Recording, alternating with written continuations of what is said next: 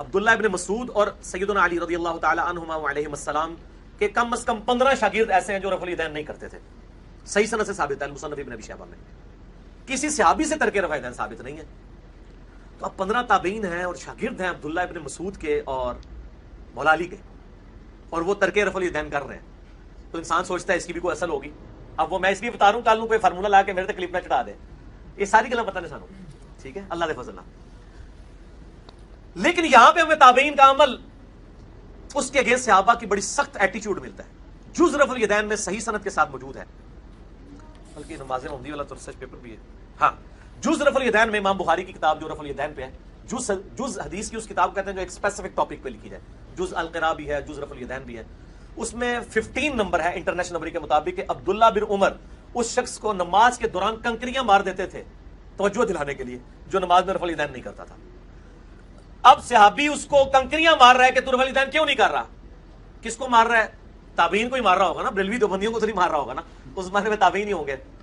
اب صحابی نے جب کنکریاں ماری, اور وہ صحابی بھی متبع سنت ہے, نبی علیہ السلام کی صحبت یافتہ ہے, اس کا مطلب ہے کہ وہ ترک رفع الیدین کو غلط سمجھتا ہے. اب 15 چھوڑ کے 1500 تابعین بھی رفع الیدین چھوڑ دیں. تو میں نے اس کا یہ ٹروتھ ریویل کیا کہ بیسیکلی انہوں نے سستی کی ہے. اب 15 چھوڑ کے 1500 تابعین بھی رفع الیدین چھوڑ دیں. تو میں نے اس کا یہ ٹروتھ ریویل کیا کہ بیسیکلی انہوں نے سستی کی ہے. بسم اللہ الرحمن الرحیم. السلام علیکم ورحمۃ اللہ وبرکاتہ. جی دوستو, آپ نے دیکھا سنا, اس نے ٹروتھ ریویل کیا کہ سستی کی ہے. یعنی حضرت علی رضی اللہ تعالیٰ عنہ اور عبداللہ بن مسعود کے شاگردوں نے سستی کی ہے. یہ اس نے ان پر جھوٹ اور تہمت باندھی ہے.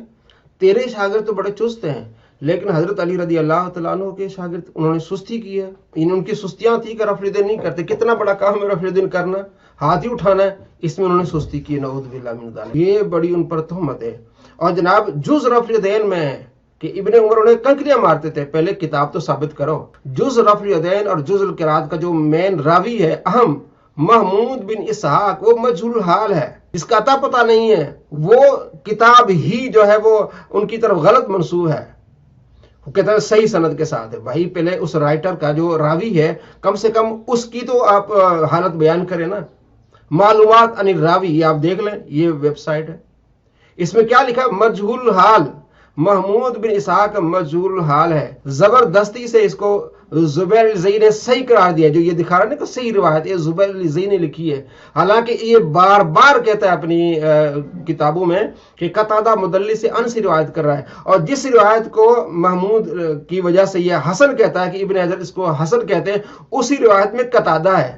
جناب وہ تو آپ کے اصول کے مطابق تو وہ تو ضعیف ہے, موضوع ہے, مردود ہے. لیکن چونکہ اس طرح لوگوں کو دھوکہ دینا ہے, محمود بن اسحاق کی کسی نے توثیق نہیں کی.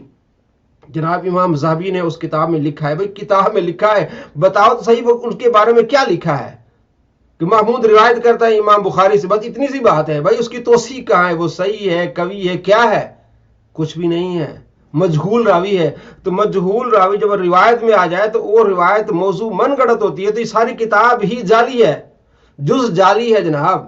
جز القراءت بھی جعلی ہے, جز رفع الیدین بھی جعلی ہے آپ کے اصول کے مطابق. پہلے آپ اس کا جو راوی ہے جو امام بخاری سے روایت کرتا ہے اس کی تو آپ توثیق کریں نا. بس آپ نے اپنے بابا زبیر الزئی کے پیچھے چلے گئے, جناب اس نے جو بھی کہہ دیا وہ ٹھیک ہے. تو یہ ساری کتاب ہی جو ہے وہ جعلی ہے. جز رفع الیدین اور جز القراءت جعلی کتابیں دونوں. کہتے کسی صحابی سے ترک رفع الیدین ثابت نہیں. آئے آپ کو دکھاتے ہیں. ترمذی شریف میں حدیث کیا ہے؟ 257. عبداللہ بن مسعود کہتے آؤ میں تمہیں نماز کا طریقہ سکھاتا ہوں. آپ نے نماز کا طریقہ سکھایا, پہلا رفع الیدین کیا, اس کے بعد رفع الیدین نہیں کیا. یہ ہیں جناب عبداللہ بن مسعود.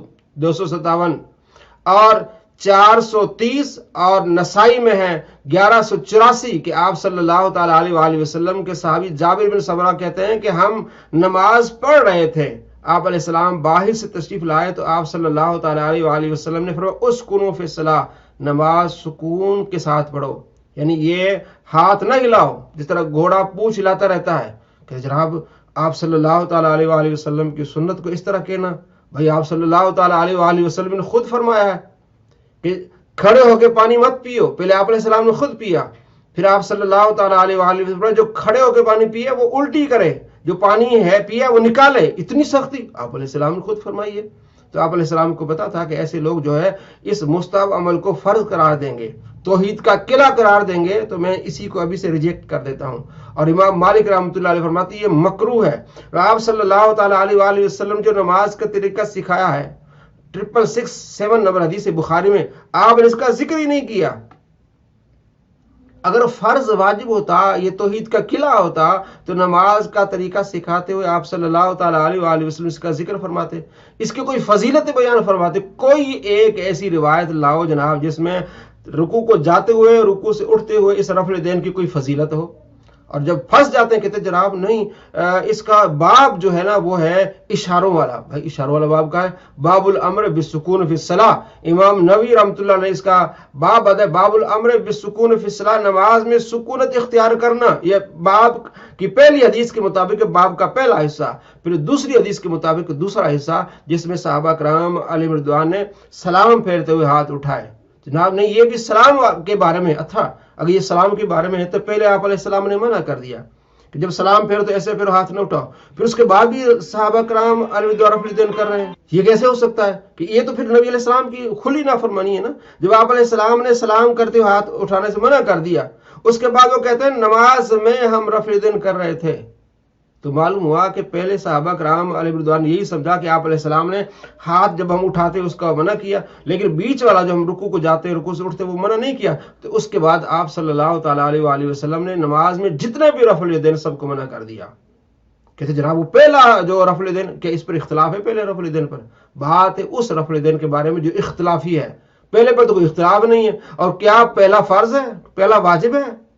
اور حدیث کے لفظ کیا ہے کہ ہم نماز میں تھے آپ علیہ السلام باہر سے تشریف لائے تو نماز والے جو ہے رفع الیدین منع کر دی. جو اسٹارٹنگ میں ہمیں کر چکے تھے وہ تو ہم کر چکے تھے, اس کے بعد جتنے بھی رفع الیدین وہ منع کر دی. اور دوسری وجہ یہ کہ جتنے بھی یہ رفع الیدین کرتے جن کو آپ علیہ السلام نے منع کیا ہے فضول ہیں. اس لیے آپ نے فرمایا گھوڑے کی دموں کی طرح ہلا رہے ہو, کیونکہ گھوڑا بغیر کام کے وہ دم ہلاتا رہتا ہے. تو رکوع کو جاتے ہوئے رفع الیدین کو کوئی تکبیر نہیں ہوتی, رکوع سے اٹھتے ہوئے رفع الیدین کو کوئی تکبیر نہیں ہوتی. اس کے علاوہ جتنے بھی رفع الیدین ہیں ان کے لیے تکبیر ہوتی ہے, اللہ اکبر کہا جاتا ہے.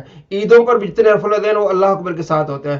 وطر کے ساتھ جتنے جو ہے رفع الیدین وہ اللہ اکبر کے ساتھ ہوتا ہے, وہ فضول نہیں ہوتا. تو اس رفع الیدین کو گھوڑوں کی دموں سے تشبیہ دی گئی جو فضول ہے. جب یہ رکوع سے اٹھتے ہیں تو اللہ اکبر تو نہیں کہہ رہے ہوتے, اور جب جاتے ہیں تو یہ رفع الیدین کا نہیں ہوتا, وہ تو انتقال کی تکبیر ہوتی کہ آپ اب رکوع کے لیے جا رہے ہیں. جناب علی نبی صلی اللہ تعالیٰ علیہ وآلہ وسلم نے اس سے منع فرمایا ہے. اور آپ صلی اللہ تعالیٰ علیہ وآلہ وسلم نے حج کا طریقہ سکھایا, روزوں کا طریقہ سکھایا, پوری اسلام میں تفصیل بتائی. تو نبی صلی اللہ تعالیٰ علیہ وآلہ وسلم نے نماز کا طریقہ سکھایا.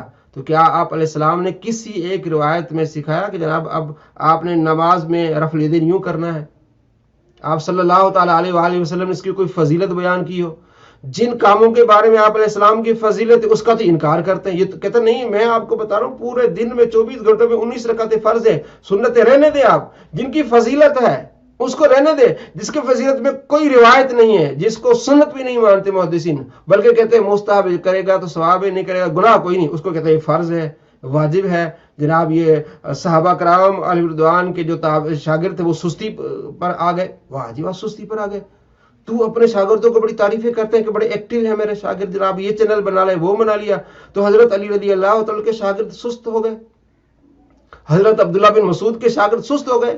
یہ تو آپ گستاخی کر رہے ہیں صحابہ کرام علیہ رضوان کی کہ ان کے شاگرد ہی کرنے لگے, کہ ان کے اندر یہ کوالٹی تھی کہ اپنے شاگردوں کو کچھ نہ سکھا سکے, کہ جناب وہ جیسے وہ چلے گئے تو فوراً انہوں نے سستیاں کرنی شروع کر دی. نعوذ باللہ من ذالک, یہ دھوکہ ہے, علم کی کمی ہے, یہ ایک اختلافی مسئلہ ہے. بعض محدثین کرتے ہیں اور کثرت والے جو نہیں کرتے, اکثر نہیں کرتے.